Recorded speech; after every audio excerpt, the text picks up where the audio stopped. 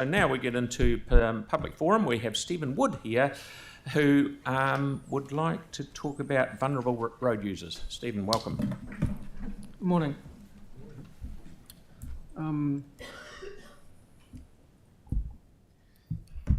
Once again, I'm coming towards Council with a topic that was just picked out of air at short notice. I did try and come to the last meeting and speak about something else, and in the debate I was not allowed to speak on that topic, so I picked something out of the air, and then later on I wasn't allowed to get to the last meeting on that, so this is the encore of that. For those who don't know me, I grew up, I went to university in Christchurch and learnt to cycle, get around by cycle, and then I went away for 30 years and came back. I now live in Burwood, not far from my councillor, Kelly. I'm part of Spokes Canterbury and Cycling Action Network, but today I'm speaking for myself. Vulnerable road users, I don't really like the framing in the title. It sort of sets yourself up for being a victim straight away. Perhaps we should call them uncaged road users. Christchurch has got a huge network of roads, 2,400 kilometres. Some of those have got footpaths on either side, dedicated lane for pedestrians. So I'm guessing that's 4,000 kilometres of footpath, you'll know better. We've got 75 kilometres of major cycleways built. I think the plan is to get up to 100. So that's a very small part of the roading network, and everywhere else we are sharing the same roads. Next slide, can I do that here? Oh, sorry. Sorry.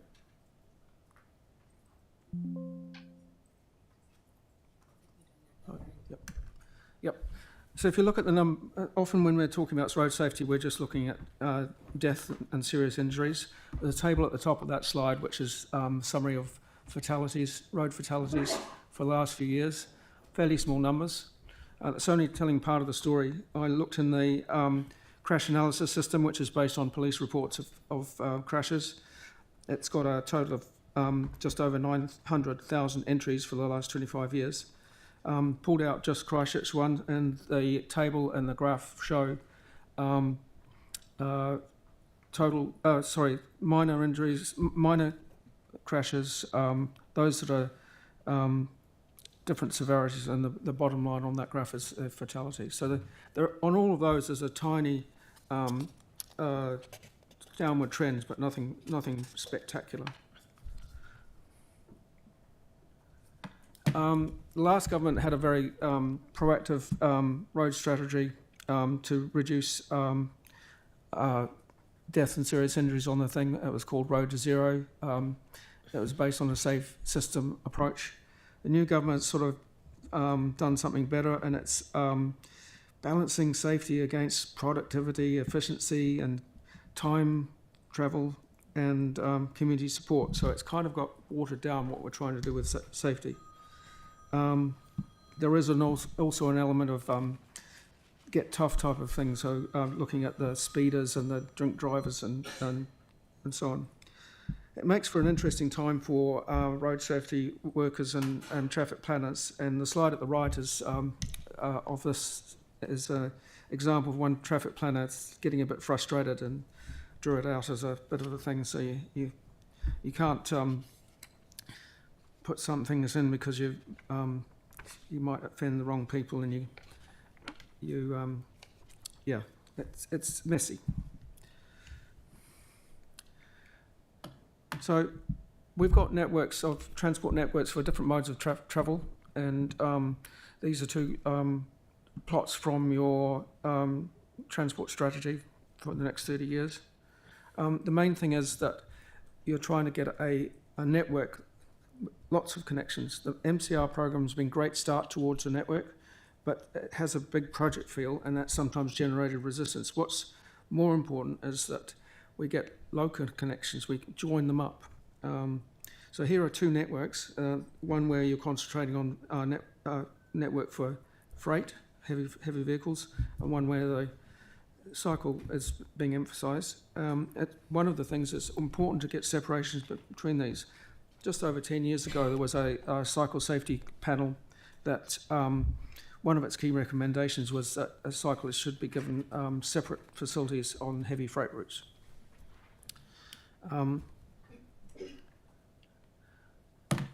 I've sort of made a vow every time I came to council I would present this slide. It's just a reminder there's different types of cyclists. A facility for that's aimed at one kind of cyclist isn't necessarily going to be the route of choice for another kind of cyclist.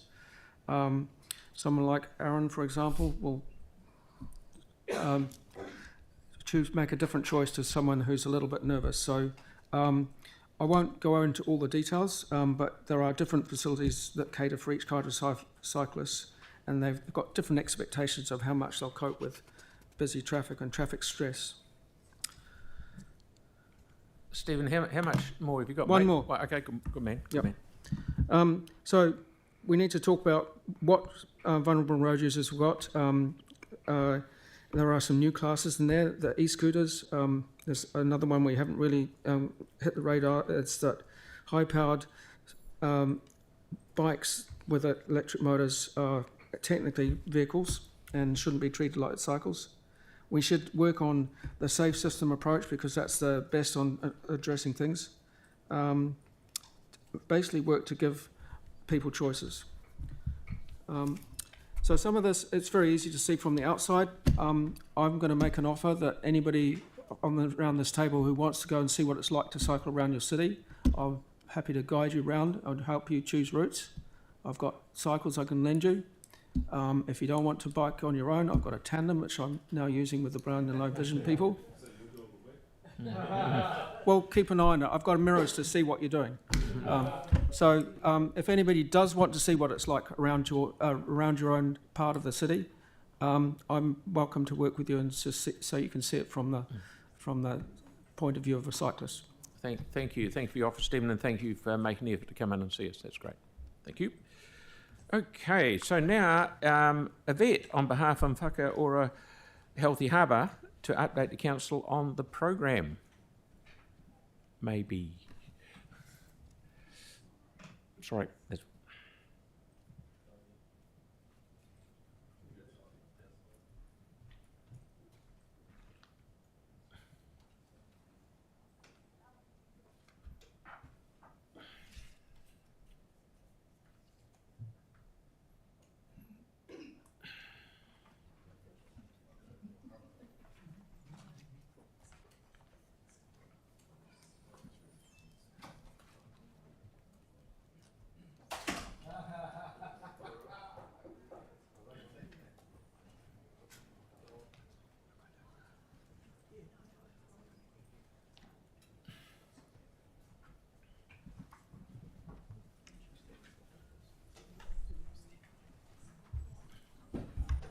Hello, Yvette. Very good to see you again.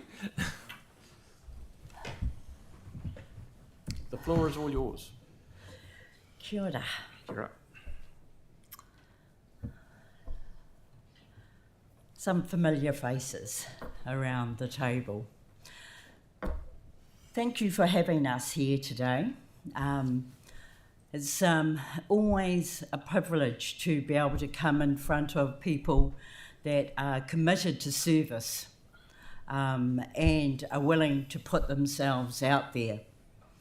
And I, for one, have been driven totally through whakaora in terms of that ability to be able to serve the community. And I'd just like to start off with this point of saying thank you. Thank you for having us here. And to also start off from the point of partnership and what partnership actually looks like and the importance of it, and Christchurch City Council's role within that partnership with whakaora. And to my side here we have our new program manager. She is going to take you through what has been achieved through that partnership over the years that whakaora has been in place. So I really just want to be able to encourage you to think about partnership and the importance of whakaora and the role that it actually plays within the Littleton Harbour and your place there. You know, one of my mentors, he always said was to me that politicians will come and go, and I know that. I sat on the council table for Environment Canterbury. We will come and go, and we have our goals, and we want to be able to achieve quite a few things. However, the one thing that never changes and goes away, which you all know, which is our community. Whakaora is based on community. I drive this program believing and supporting in the community of Littleton Harbour. Without the community of Littleton Harbour, there will be no whakaora. They are the drivers. They are the ones on the ground that are doing the mahi, that are working towards wanting this program to be able to develop. So in all the changes that we're going through at the moment, and by golly, we're going through a lot, please hold firm during that time, belief and partnership and what we can do. That is what makes whakaora the strength that it is. It has a partnership of 5 partners, which is yourselves, Christchurch City Council, Environment Canterbury, Ngāi Tahu, Te Hapu o Ngāti Wheke, and Littleton Port Company. That is unique in itself in terms of how long that partnership has actually been running. People will come and go, but the longevity sits in those partnerships and what they can actually contribute. So I'd like you to hold on to that, and thank you for the mahi, and I'll come back and thank you near the end for that. And I'd now like to hand over to Sarah, who will just show you what we have achieved over the years and would like you to continue to support. Kia ora. Kia ora koutou. Ko Sarah Wilson tōku ingoa. I'm the new Program Manager for Whakaora, as Yvette has said. How do I get the slide to go to the next one? Thank you. You're onto it. As Yvette has said, firstly, thank you. Christchurch City's been a partner for the 8 years that the agreement or the partnership's been in place. It's around 400,000 plus many hours of staff time, councillor time. Really want to thank Tyrone in particular, his involvement with the governance group, and just the mahi around that is outstanding. As you can see, we've just got some, we like to joke about the fact there are approximate numbers of 242,231 native trees planted and a lot of pest animals removed. I want to just really briefly go over the program, and we've got a short time, so this is very crisp. So next, thank you. This is a map which should be familiar to you. It's of Whakaora, Littleton Harbour. The bits that are hatched in yellow are Christchurch City Council Reserve. As you'll see, they're core to the program. They're well aligned with the other work that happens in sub-catchments right around the harbour to contribute to the health of the harbour as a whole. I'm really not going to spend, this is kind of a quick overview, so let's go to the next slide. Thank you. 3 key result areas. Firstly, and top priority around sediment. Boy, especially in the last few weeks, this is top of mind for all of our communities. Second, biodiversity, mahinga kai. This is not a conservation park, despite the green of the slides, which may have been a little unfortunate. This is about use. It's about using and living a lived-in landscape. And thirdly, around weeds and pests. Thank you. If we could go to the next slide, thank you. Sediment. This is a picture from Te Ahu Pātiki under Mount Bradley, Mount Herbert, and this is some of the storm damage in 2 weeks ago. So a large silt dam formed at the top of that area at the top of the slide there, this photo, and dammed up and then crashed right down through Te Wharo Stream, taking out all of the riparian vegetation. Where that slip happened was in gorse and area that is being regenerated, but actually it still was catastrophic. If there'd been people in that stream that day, they would have died. And so there's a big restoration effort. We want to understand erosion and sedimentation better. Obviously, a lot of sediment in the harbour is significant for the harbour life. Some of it's natural, This is, if you like, a natural process, and much of it we can get ahead of and talk with our communities about resilience, and that is our plan. This is a core area of whakaora work, and already has been. Next slide, thank you. Biodiversity mahinga kai. This is at the level of the marine biodiversity as well as the biodiversity on land. It includes many projects around understanding what's there, around supporting what's there, around planting, around reseeding. And third slide, thank you. Weeds and pests. As your excellent mayor would say, the only good possum is a dead possum. Thanks, Phil. And not only possums, but many other invasive species are being targeted here, largely by volunteers, as well as council staff working on their own reserves and beyond. But these volunteers, and that's one pictured there from the WOP, the Whakaora Pest Project, they are phenomenal in terms of what they're achieving and doing in their own time. It's a community partnership approach, as Yvette has said. Final slide, thank you. And what we need going forward. Firstly, we want to support you in your recent draft annual plan in terms of increasing the Environmental Partnerships Fund. That's the proposal in the draft plan, and we absolutely support that. We think it's a solid proposal as part of your long-term plan, and we'd like to see that keep going.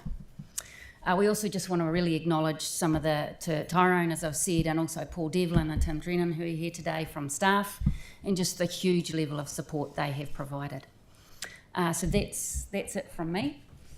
Yvette. So in terms of whakaora, you can see the groundwork that we have done.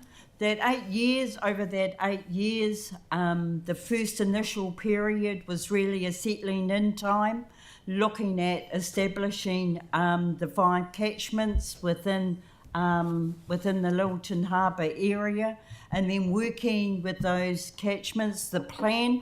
Can I encourage you to read the whakaora plan? It is actually one plan you will enjoy and probably go to bed and enjoy reading it. It is a different flow to it, and the reason for that is because it was built for the community and it's understood by the community. So we are now been through a review of that plan, and we are now into the stage of actually doing a lot more action on the ground. Part of the partnership with the sedimentation is the high priority of the term that we're in now. And me working with Christchurch City Council, you have already done quite a bit of work around there, but we're doing a holistic plan of the harbour and looking at the sedimentation, where the issues are coming from and how we need to be able to address it. And only the partnership of Christchurch City Regional Council, Littleton Port Company, working alongside mana whenua, able to be able to look at doing that and empowering our community to actually do the mahi. That is the key thing. They're on the ground doing it, they believe in it, and they believe in the partnership. So kia ora, thank you. Thank you very much. Sorry, Yanni, that we've gone way over time, but very good, very good presentation. Thank you very much for coming in. Thank you. It's good. Thank you. Brilliant. Thank you. Okay, is Rebecca here, please, to talk about trauma-led emergency responses in Christchurch East? Is coming? Yep.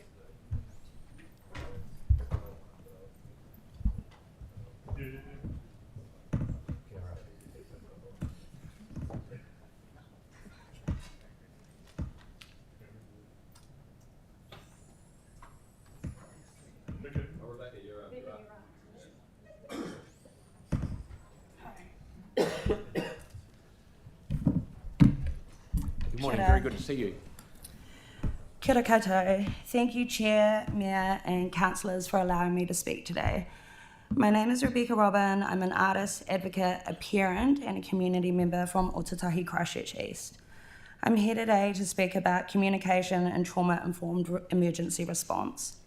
We're a city shaped by crisis and stress, earthquakes, March 15, COVID, the wastewater treatment plant fire, and ongoing disruption. This history matters because it means we have already learned what works and what harms during emergency response. During the recent boil water notice, I contacted local elected members to ask what psychosocial or trauma-informed responses were in place for tamariki returning to school under boiled water and heightened hygiene measures. These concerns were reflected to me by some educators in our community. Councillor Johansson provided a detailed response, acknowledging cumulative and complex trauma and the need to consider health impacts and act on them.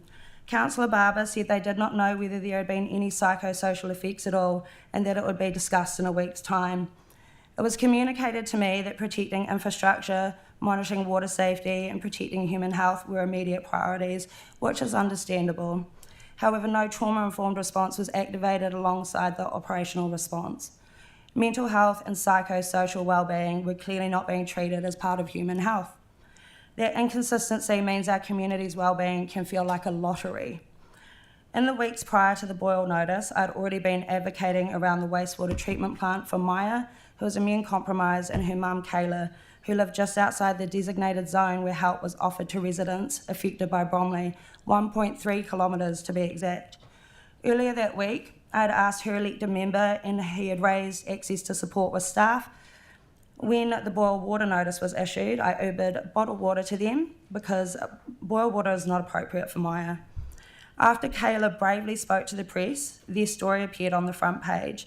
Council moved into direct contact with the whānau. That support is now in place, and that's really positive. Vulnerability should be recognised from the outset, not only after advocacy, escalation by her elected member, and media coverage. Bromley is still ongoing. Street after street continues to live with the impact of the wastewater treatment plant and the ongoing stress. Then on top, a boil water notice is issued. Then schools return under heightened hygiene measures that mirror pandemic conditions. For children who live through COVID, that resemblance matters. Last year, South New Brighton Primary School was placed into lockdown. No trauma-informed response was activated at that time either. In a community already shaped by repeated emergencies, that absence really matters. After the Canterbury earthquake sequence, Christchurch commissioned psychosocial recovery reports. Those reports made it clear that prolonged uncertainty, increased anxiety, inconsistent communication damaged trust, and minimising language compounded harm. They also identified predictable, transparent updates as protective. Following March 15th, Prime Minister Jacinda Ardern demonstrated trauma-informed leadership and action on the world stage. Communication centred dignity. Harm was acknowledged immediately. Language was careful and deliberate. Communities were met with empathy, whānau centred and not marginalised. The nation was given consistent, predictable updates, tone mattered. That response reduced harm rather than compounding it. This is what trauma-informed leadership looks like in practice. During COVID, research across Aotearoa documented increased anxiety and stress symptoms in children exposed to prolonged disruption and heightened safety messaging. National Emergency Management Guidance now recognises psychosocial recovery as a core pillar of any emergency response. We've studied this, we've funded this, we've learnt this, and the next step is implementation.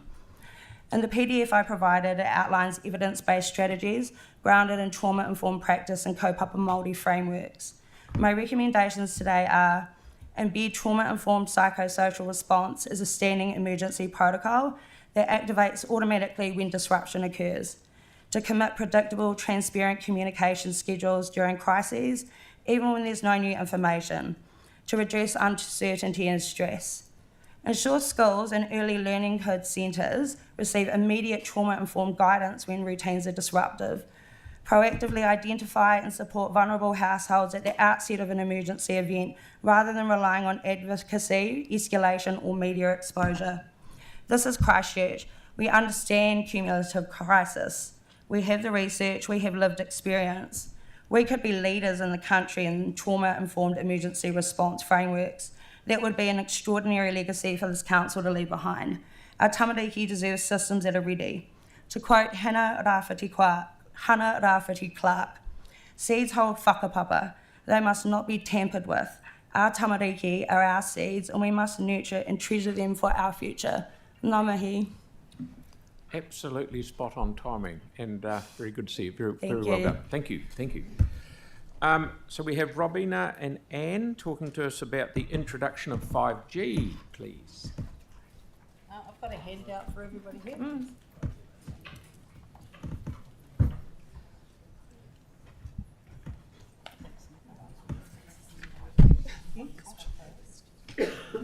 Yep, this one. Yep. Is she going to turn it on, or am I going to do it? It looks like they can control it. We've got the slide names sometimes. So we just have to. We can't change the slides ourselves. Do you? That's it. Okay. Okay, so that'll go forward. That'll go back. If you want to just test it.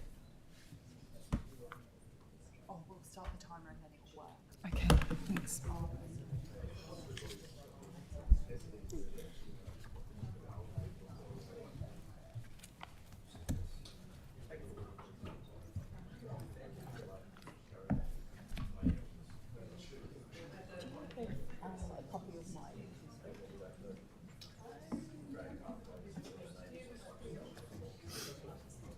No. Did you email? Have you got slides? Oh, we've got slides. Yeah, sorry. But have you got the speech as well? Yes. You have. Okay, thanks. And Thanks, Tyrone. Ravina. Yeah, that's right. Yeah, yeah. Okay. Right, thanks. You can stand up. Okay, all right. Yeah, we go for it. Now, you've got 2 lots, 5 obviously, 10 minutes. Fire away, please. Okay, thanks. Yeah, the other's mine. Right, good morning to you all. The amount of research that we've done and the results that we've got can't possibly be fit into the 5 minutes, but we'll do our best to go over some of the tops. I'd suggest you have a look at the actual script that I wrote out for what I was going to talk to, because I'm going to cut some pieces out to keep it to time. And also I'd like you to note what I got told when I rang up the council. The handout that I gave to you is my journey, and it's basically some of what I've been through. It doesn't tell you the whole story, but it briefs you through, showing that there's data in behind all this. And the back of the page, there was the symptoms that I've experienced, or some of the symptoms. So the first point I'd like to draw to your attention, if you can go on to the next slide. Oh. Okay, this chart here is the wireless exposure limits. This is across countries. It's not all of them globally, but it's some of the countries. And it just gives you a bit of a pattern on what's going on. The ones on the left there, that's the countries that are using the ICNIRP guidelines for this technology. The ones on the other side are using other guidelines. You'll note that Spain, Germany, Luxembourg, France and Austria were all up at that top level. Within the last 2 years, they've all reduced it right down, because the technology, they're starting to become aware of a lot of it. The reason for the difference is they're dealing with thermal and non-thermal effects of the technology. ICNIRP believe that there is no need to be concerned about non-thermal effects of the radiation and disregard the evidence in line with that. What has happened to me shows that we need to be looking at the non-thermal aspects, and the current limits are too high. Non-thermal penetrate into the body beyond the skin level. The next slide, we're looking at the magnetic fields. You can see there once again, ICNIRP readings are way high on a lot of the other bodies that are out there. If you take 1% of the 2,000, you're still at 20, which is way above what is actually going on for most of those other organisations. And this is being looked at the whole time. From this, I actually started looking into exclusion zones because of the effects that I was getting from whatever technology is on the lamppost outside my place. And the answer I was given is that New Zealand doesn't have exclusion zones. Now, this is very fascinating when you think that UK, US and Australia do. I found some countries in the counties in the US, and their exclusion zone was 91 metres from residential areas. RPANS, that's the Australian one, who use the same standard as us, it was about 30.9, and my bed's 10 metres from the pole.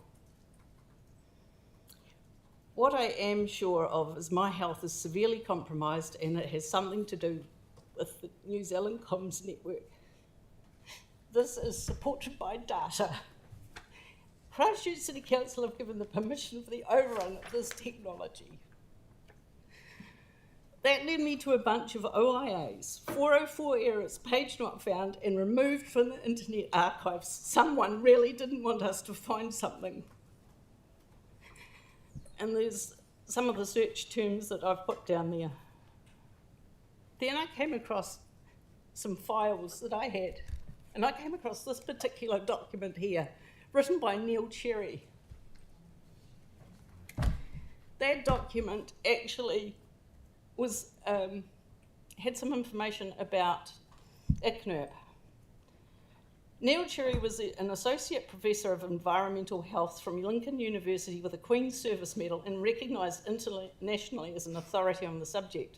Yet Health New Zealand have advised me that there's no associated experts within Health New Zealand and the researching the effects of 5G.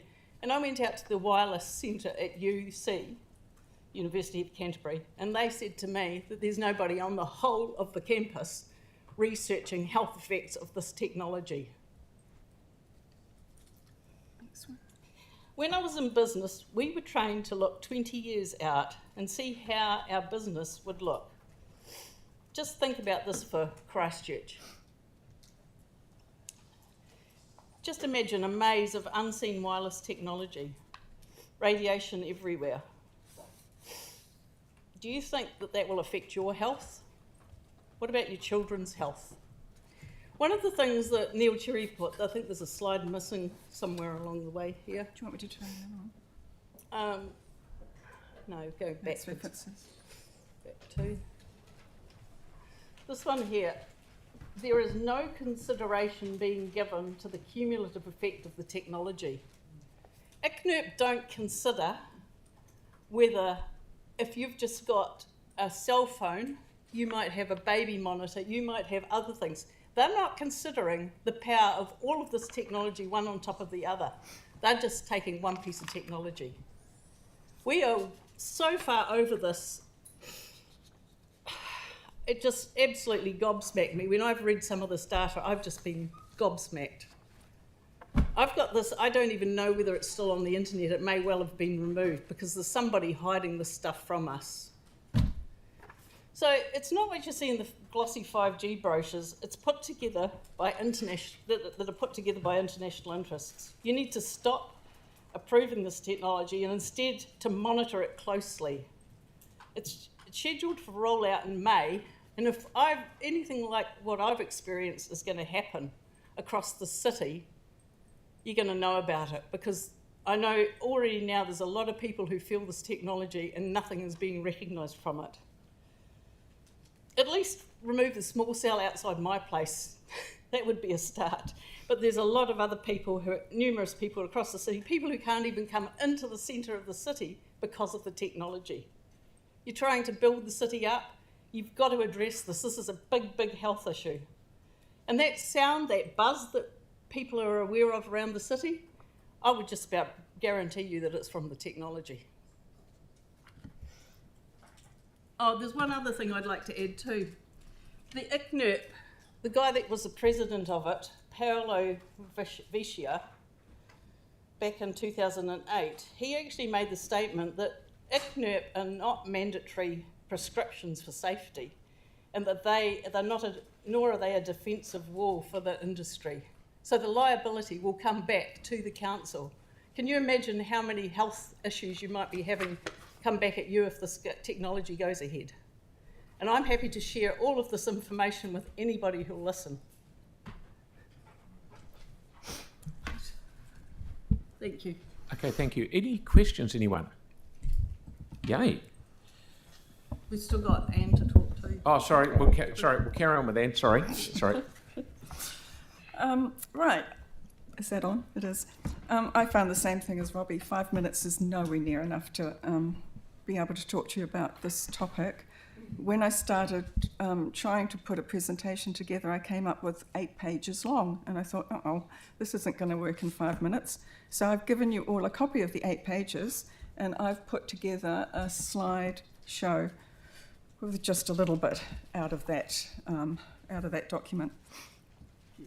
So 5G, I've been told, is not a new technology and really no different to 3 or 4G, except for the way it's delivered. It's direct energy and has the same, if not more, safety concerns as the others. 5G is data gathering. Apparently 98% of what is used for phones and computers on the internet now works fine with 3 and 4G.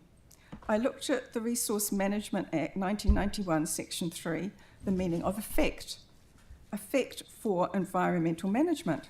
It actually says this definition is crucial for assessing environmental impact in resource consent applications. I think this is probably pretty much up your alley. Now I'm talking about cell tower sites. Is it not your job to assess these when consent is required? What guidelines do the council follow when they check or approve cell tower sites? Do you follow the RMA NESTIF, National Environmental Standards for Telecommunication Facility Regulations? Have you checked the Ministry of Health's recommendations? Thank you. For human radiation exposure limits, and this is etched on my brain, NS2 772.1.1999. All these questions are rhetorical, actually, and all are irrelevant, because they seem hell-bent on referring back to the ICNIP, International Commission on Non-Ionizing Radiation Standards. Not yet. According to many independent scientists, and there's bloody hundreds of them, these standards, which only take into account thermal effects, not biometeorological, are outdated, set too high, and show no long-term studies. Many countries have stopped using them, unfortunately not New Zealand. While looking for more information, I found a consensus on acceptable limits in the standards suggested by the Physicians for Safe Technology, quite a big outfit, and accepted also by quite a few countries. The measurements were in milliwatts. This is a learning level for me. Milliwatts per square metre, the same as the tri-field metre I was using when taking measurements of towers around Christchurch. Okay, now this is really interesting. I got interested in a tower at the Shirley Primary School because of a court case taken back in 1997, which involved the school taking telecom to court over a tower put on the edge of the school grounds. The case involved Dr. Neil Cherry, his research into the effects of radio frequencies on our bodies. Chronic low-level, pulsed, modulated microwave exposure having effects on school children's memory and attention spans, especially over time. The school lost the case because the judge followed the ICNIRP standards.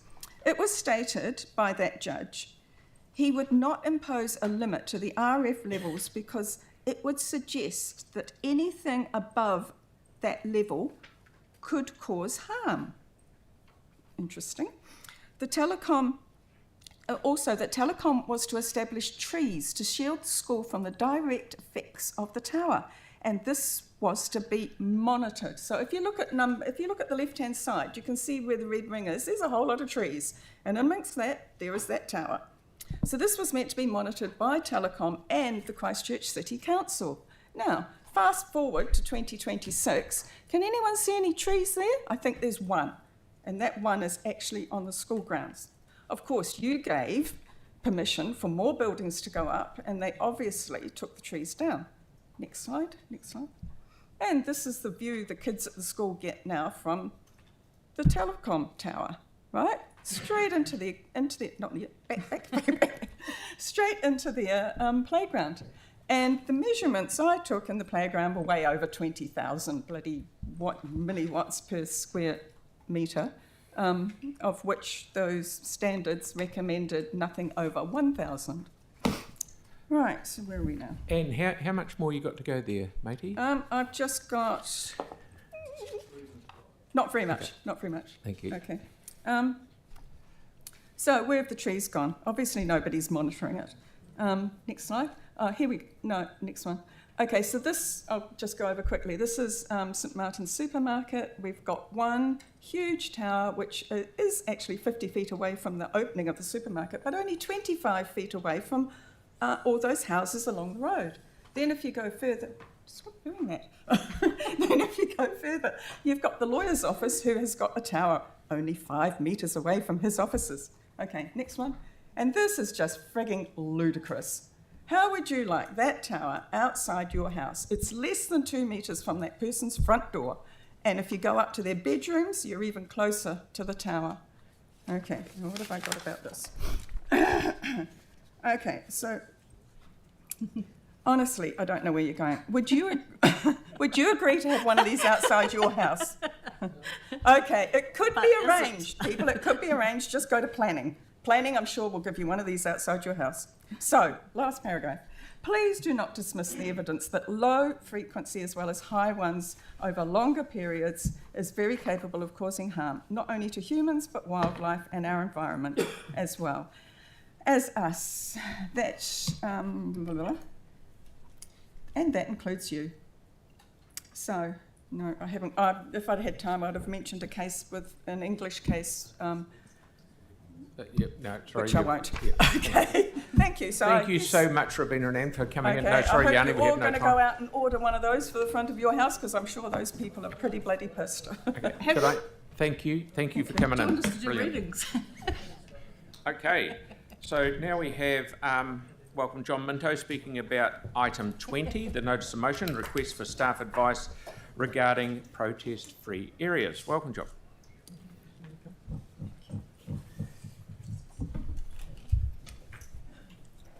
Kia ora koutou, and thank you for the opportunity to talk to the council today, even though it was at relatively short notice. Really appreciate that. So the agenda for the meeting has a notice of motion at item 20 in the name of Councillor Keown, which calls for council staff to report on the possibility of creating protest-free zones in Christchurch, with a focus on the Bridge of Remembrance, cemeteries and churches. Now, it's clear to me that the notice of motion is focused on the regular Palestine solidarity protests at the Bridge of Remembrance. And if that's not the case, I'm sure Councillor Keown will correct me. Incidentally, I have attended a protest in a cemetery, and it's the only protest I've been to in a cemetery, and it was in Auckland at the Simon Street Cemetery to protest the spraying of swastikas on Jewish graves. And I went there with a lot of other people to join that protest to show solidarity with the Jewish community of New Zealand against an appalling anti-Semitic attack. And I'm sure if Councillor Keown was there, he would have joined me at that protest, despite the notice of motion which he's putting forward today. So the Bridge of Remembrance is the most appropriate site in Christchurch for protests in support of Palestine liberation. If you visit there, you'll notice that on both sides of the bridge, very prominently etched into the sandstone, is the word Palestine. And it's a reminder that New Zealand soldiers were killed in the battles to liberate Palestine from the Ottoman Empire during the First World War. Now that liberation of Palestine was successful, but subsequently the British betrayed the Palestinians who fought alongside New Zealanders to liberate Palestine. The British betrayed them through the Balfour Declaration and instead promoted a Jewish state in the Middle East on Palestinian land. And that is at the heart of the problems that we've all had as the wallpaper of our lives for the last 70 years. So the Gaza War Cemetery has the graves of 21 New Zealanders and 2 Cook Islanders who fought in those battles to liberate Palestine. 7 of those graves are of Canterbury soldiers. Last year, Israel bulldozed part of those war graves. So we've got the destruction of war graves. Australia spoke out loudly about it. New Zealand, unfortunately, typical of our government, has refused to utter a word of condemnation for that action or demand restoration of those graves. Now, I think it would be appropriate for the Christchurch City Council to actually take that up with the government and say that we want to inspect the graves. We want to make sure that those graves which have been tended by a Palestinian family for over 40 years, that those graves are respected and that the memories of the New Zealanders who fought to liberate Palestine are again respected. I think this notice of motion is an attack on the right to protest under the Bill of Rights Act and the right to free speech.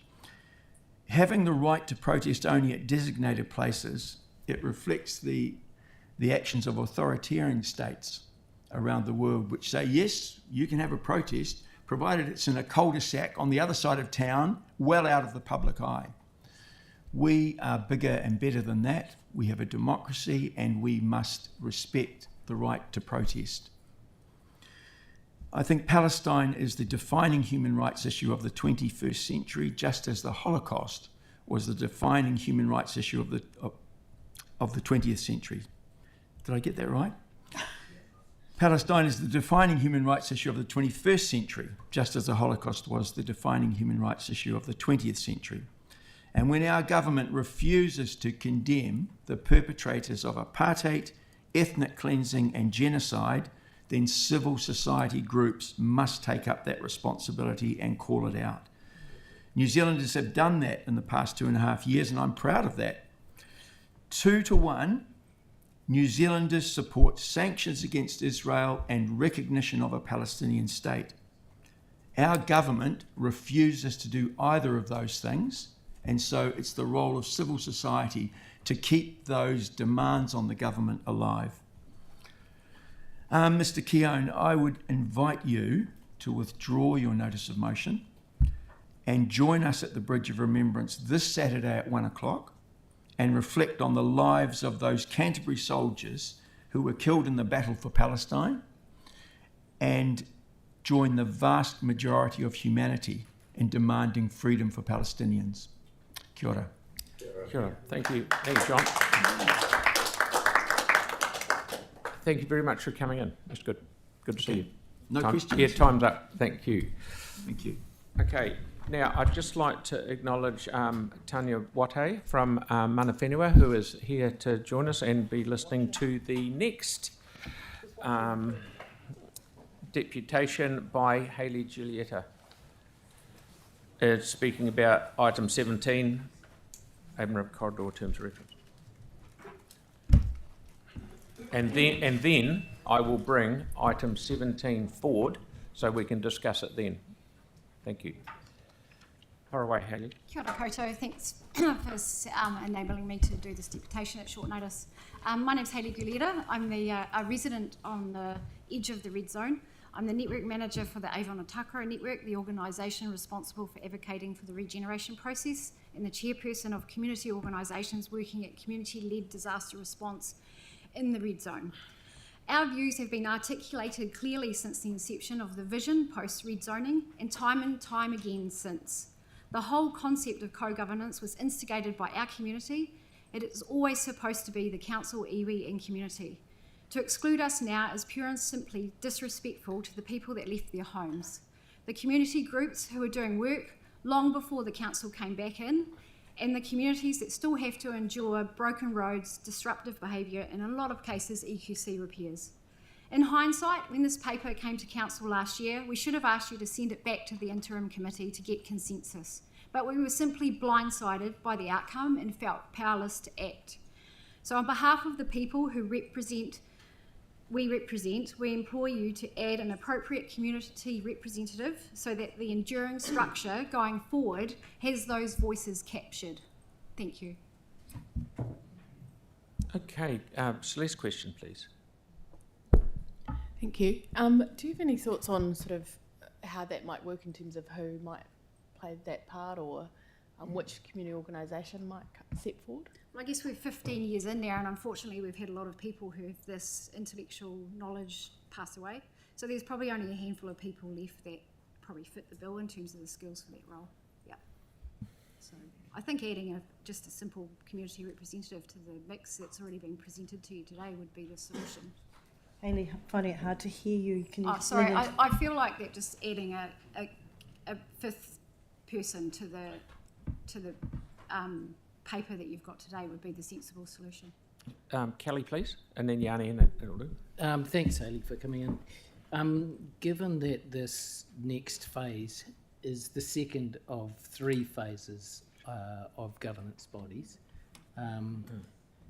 do you feel that it's important for a community rep to go on now rather than the charitable trust, which will eventuate after this period of mana and mana? Great question, Kelly. I actually agree. This is really critical to have someone who's got the historical knowledge to be able to provide that knowledge into the formation of the trust document. Once that's established, we can probably all sit back and have a sigh of relief, because this has been a long journey for a lot of us. Yeah. Okay, and lastly, Yanni, please. Yeah. Thank you. In the report, it says that the OARC is of high interest to the people of Christchurch. It says that it affects the Waitai Coastal Burwood Limit Wards Community Board and the Waipapa Papanui an Essential Community Board.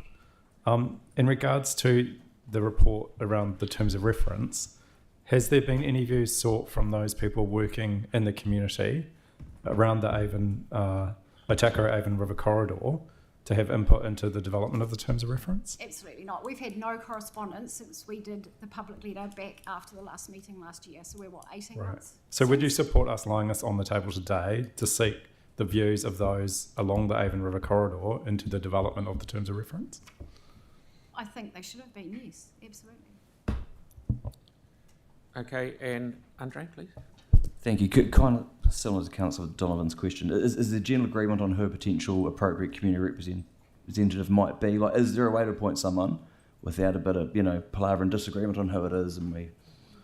I believe that there's probably a handful of people that are qualified to do that job, absolutely, and that could be appointed by the other people sitting on the committee. Understood. Okay. Yeah. So, righto. So we're going to, thank you, Hayley, you're done. We're going to have a 15-minute break and have a cup of tea and get our act together. But just remember, in February 2025, the council agreed to the membership of this. This is just terms of reference that we're talking about. So if we are going to play around with it, we're going to have to do something different. So see you back here in just on 11:15, please, just after.